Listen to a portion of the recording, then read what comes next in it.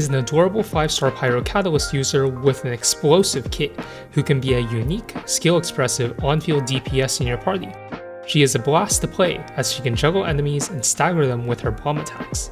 In general, Klee is a really fun unit who offers a lot of depth and technical play that you can use to push her damage higher. However, Klee cannot express her full potential yet because, due to the nature of her kit, she can have a tough time triggering elemental reactions. In addition, she has stamina and survivability issues that can make playing her feel clunky or difficult. Klee's normal attack is Kaboom. Since her charged attacks deal quite a lot of damage, this talent is very central to Klee's gameplay. It's also very important to discuss her first Ascension passive, Pounding Surprise. When her skill or normal attacks deal damage, Klee has a 50% chance of gaining an explosive spark. If Klee uses a charged attack while in possession of an explosive spark, the attack will consume the spark, causing it to cost no stamina and deal increased damage. Klee's elemental skill is Jumpty Dumpty, which has 2 charges.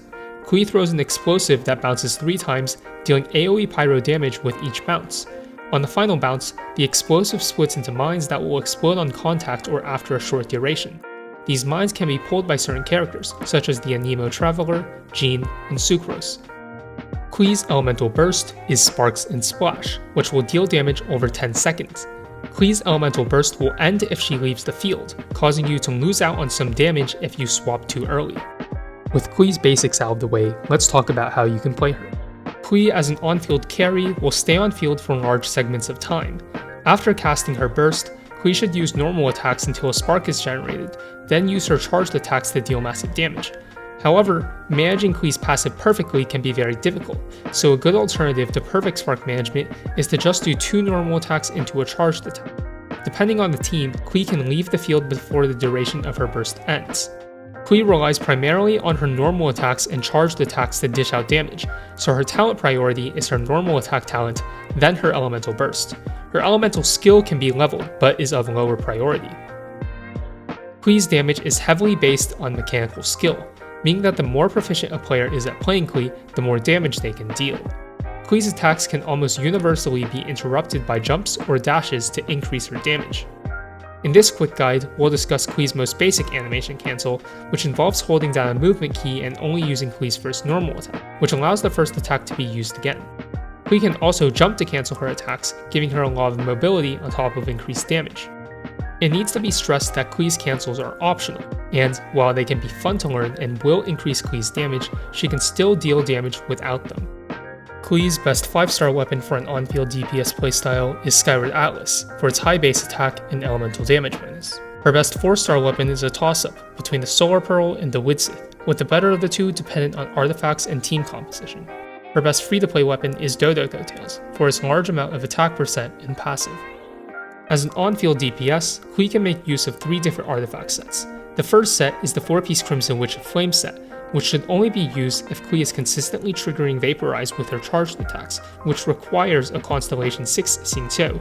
She can also use the 4-piece Lava Walkers set in a mono Pyro team or on a reverse Melt team, which relies on her heavy Pyro application. For a generalist option, the 2-piece Crimson Witch and 2-piece Gladiator's Finale set is a strong option. It should be strongly considered in compositions where Klee does not trigger elemental reactions frequently. The main stats to prioritize are attack percent on the timepiece, pyro damage on the goblet, and crit on the circlet. Klee's substat priority depends on her team. Klee prefers attack percent and crit in substats, and also benefits from elemental mastery and energy recharge depending on the team. Now that you know how to build Klee, let's talk about her team compositions and her roles in them. As an on-field carry unit, Klee has synergy with C6 Xingqiu for Vaporize, and can utilize a Taser Core with Fischl and Beidou to dish out strong team DPS. Other units that work well for Klee include shielding units like Zhongli, or other off-field DPS units like Albedo. If used with C6 Xingqiu, Klee's optimal combo to ensure that her charged attacks get vaporized is to repeatedly do 2 normal attacks into a charged attack. An example team composition is Klee, Xingqiu, Bennett, and Zhongli. In this team comp, Klee acts as the on-field DPS, performing a 2 normal attack into charge attack combo. Xingqiu provides off-field damage and helps Klee vaporize, while Zhongli and Bennett provide survivability and buffs. Alternatively, Klee can be teamed up with other units that have strong elemental bursts and low cooldown skills that function well in a quick swap team, allowing her to act as a burst DPS. One example team is Klee, Venti, Jean, and Diona. Klee applies Pyro to enemies that are trapped in a cryo-infused Venti vortex with her skills, burst, and charged attacks, allowing either her or Venti to melt their damage. Venti provides off-field damage, and Jean and Diona provide survivability and buffs. Finally, Klee can also act as an on-field enabler by applying Pyro constantly to enemies for elemental reactions, although, due to Genshin's current roster, Klee's enabler teams aren't as strong as other enabler teams like Child Reverse Fate.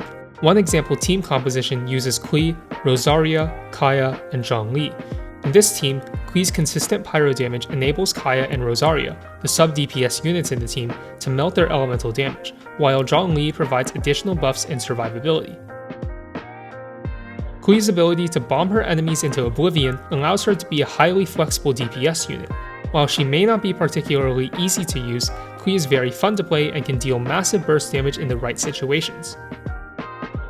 Thanks for watching this quick guide. If you enjoyed the video, feel free to drop a like. If you would like to see more quick guides and other informative content in the future, subscribe to the channel.